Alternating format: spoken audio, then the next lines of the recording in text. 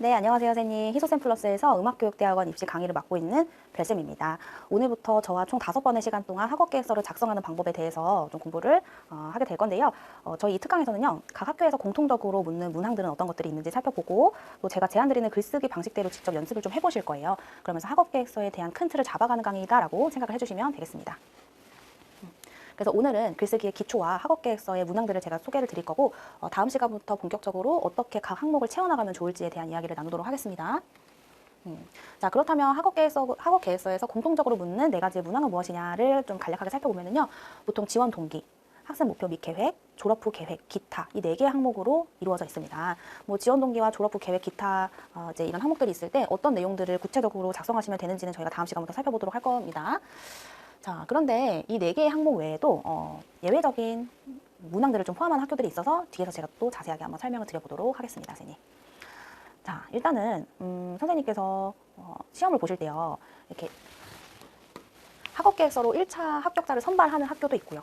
그리고 다른 학교들 같은 경우에도 선생님이 실제 면접장에 가셨을 때 워낙 면접장에서 머무르는 시간이 짧기도 해서 나라는 사람에 대해서 충분히 어필할 수 있는 자료들을 잘 정리해서 이제 제출하는 것이 좀 필요하단 말이죠. 그래서 학업계획서가 선생님이 말하지 않아도 그 글을 통해서 어떤 삶을 살아오셨는지, 어떤 철학을 가지고 있는 분인지, 또 이제 교육대학원 진학 이후에 어떤 학생 목표를 가지고 있는지 알 수 있는, 그러니까 나의 장점에 대해서 어필할 수 있는 훌륭한 자료이기 때문에 잘 작성하셔야 됩니다. 굉장히 중요해요, 선생님. 그래서 학업계획서 이제 특강뿐만이 아니라 프리첨삭반과 또 퍼펙트 첨삭반이라고 하는 2개의 강의를 이제 개설을 해두었습니다, 선생님. 즉 이제 나라는 사람에 대해서 압축적으로 보여줄 수 있는 중요한 자료이기 때문에 제가 이제 조금 꼼꼼하게 학업계획서와 관련된 강의들을 개설을 해두었는데요.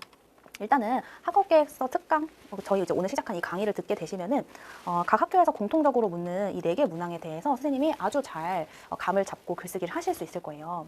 그런데 내가 스스로 글을 써보기는 했지만 이게 제3자의 입장에서 잘 읽히는 글인지 또 내용이 좀 타당한지 이런 것들을 확인받고 싶으실 수도 있잖아요, 선생님. 그렇죠? 그런 선생님들 같은 경우에는 이 프리첨삭반이라고 하는 것을 신청을 해주시면 되는 겁니다. 자, 선생님, 일단은 프리첨삭반은 어떻게 진행이 될 거냐면 저희가 학업계획서 특강을 토대로 선생님께서 이 지원 동기부터 기타 항목까지 쭉 작성을 스스로 한번 해보시는 거예요. 그거를 저에게 전송을 해주십니다. 그러면 제가 1단계로 좀 어떤 면을 볼 거냐면 제가 선생님의 글을 읽었을 때 어떤 전공이신지, 어떤 또 삶을 살아오셨는지, 철학을 가지고 계시는지 좀 파악을 할 수 있을 거예요. 그럼 기본 정보들을 토대로 각 문항이 유기적으로 잘 구성이 되었는지 체크를 한번 해볼 겁니다. 자, 그런데 학습 목표 및 계획, 즉 교육대학원에 진학을 한 이후에 어떤 주제를 가지고 논문을 좀 작성을 해볼 거냐, 이제 굉장히 구체적으로 기술해야 하는 항목이 구성이 되어 있는데요. 그게 부족한 경우에는 제가 좀 전면 갈아엎으셔라 라고 이제 말씀을 드리면서 학업 연구 계획 영역을 좀 추천을 드릴 겁니다. 그러니까 제가 선생님의 기본 정보를 봤을 때 좀 연구 계획이 유기성이 없다고 판단되는 경우에는 학업 연구 계획을 좀 따로 추천을 드리고 전면적으로 수정할 것을 좀 권면을 드리려고 해요. 네. 자, 그런데 이제 이 1번 문항부터 이제 이 4번 문항까지 특별한 어떤 문제가 없고 초안이 잘 작성되었다고 제가 좀 판단이 된다면은 2단계로 이제 도입을 해가지고 각 계획서의 이제 문항, 이거 있죠. 1번부터 이 4번까지의 공통적인 문항에 대한 프리첨삭을 이제 진행을 할 것입니다. 자, 선생님, 그런데 참고해 주실 부분이 있어요. 잘 안 보이실 것 같아서 제가 한번 읽어볼게요. 1번, 공통 항목만 첨삭해드립니다. 프리첨삭반에서는. 그러니까 이 4개에 대한 항목을 첨삭해드리는 강의가 프리첨삭반이고요. 또 반드시 제가 업로드해드린 양식을 사용해서 작성을 해주셔야 돼요. 줄 간격이라든지 뭐 폰트라든지 혹은 글자 크기라든지 이런 것들을 다 제가 말씀드리는 조건에 맞춰 가지고 작성을 해서 보내주셔야 제가 이렇게 프리 첨삭을 해드릴 수 있다는 점을 말씀을 드려봅니다. 선생님, 그런데 제가 프리 첨삭반이라고 해가지고 뭐 대충 이제 뭐 가이드만 드리는 건 아니에요. 개인 정보가 좀 많아가지고 제가 흐릿흐릿하게 이렇게 모자이크를 할 수밖에 없었는데 좀 양해를 부탁드립니다. 선생님이 이렇게 쭉 이제 진학 동기부터 학습 목표 및 계획, 졸업 후 계획, 기타 항목을 적어가지고 저한테 보내시면은 제가 이제 그걸 보면서 중간중간 좀 맞춤법이 틀린 부분이 있다면 혹은 뭐 표현에 좀 부적합한 부분이 있다면은 이렇게 중간중간 살짝 고쳐드리기도 합니다. 그리고 이제 이 밑에는 어떤 내용을 좀 담아드린 거냐면 제가 1번 항목을 봤을 때 이런 부분들이 좀 수정됐으면 좋겠다라고 하는 큰 틀을 또 피드백을 드린 거예요. 자, 그다음에 2번 항목을 또 이렇게 쭉 써주셨어요. 그래서 제가 여기까지 다 읽었습니다. 근데 이제 중간중간 너무 애매모호한 표현을 쓰셨거나 추상적인 표현을 쓰셔가지고 좀 고쳐드린 부분들이 있고 또 이제 전체적으로 봤을 때 선생님의 어떤 전공과 교육 경험에 기반해서 이 연구 주제가 좀 적합하지 않아 보인다. 그래서 이제 내가 봤을 때는 선생님은 이러이러한 주제를 좀 생각해 보시는 것도 좋겠다라는 이제 주제 추천을 여기다가 제가 드려봤어요. 이 선생님께서는 그 2번 항목이 살짝 미비한 면이 계셔가지고 제가 이렇게 좀 추천을 드려본 것입니다. 그러면은 제가 이렇게 프리 첨삭을 해드리면은 선생님이 이 프리 첨삭을 토대로 이제 스스로 이제 또 다시 이제 글쓰기를 시작을 해보시겠죠, 그죠?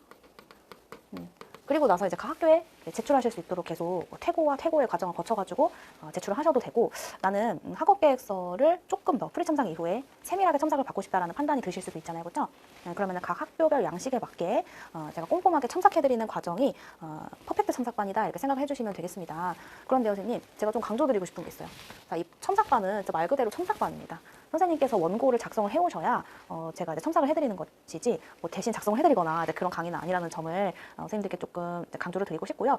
또 각 학교별 그 양식에 맞게 한 개 학교를 기준으로 제가 첨삭을 들어갈 건데, 어느 한 A라고 하는 학교에 대해서 퍼펙트 첨삭을 받으신 이후에 선생님이 B라고 하는 학교, 또 C라고 하는 학교, D라고 하는 학교에 맞게 조금씩 수정해서 내실 수 있잖아요, 그렇죠? 네. 그래서 뭐 선생님이 뭐 각 학교별로 다 첨삭을 받으시는 게 아니라 내가 가장 좀 진학을 희망하는 학교 한 개 기준으로 퍼펙트 첨삭을 받으시고, 그 다른 학교에는 그 다른 학교의 특성에 맞게 살짝살짝씩만 수정해서 내는 과정을 거치시면 되겠죠, 그렇죠?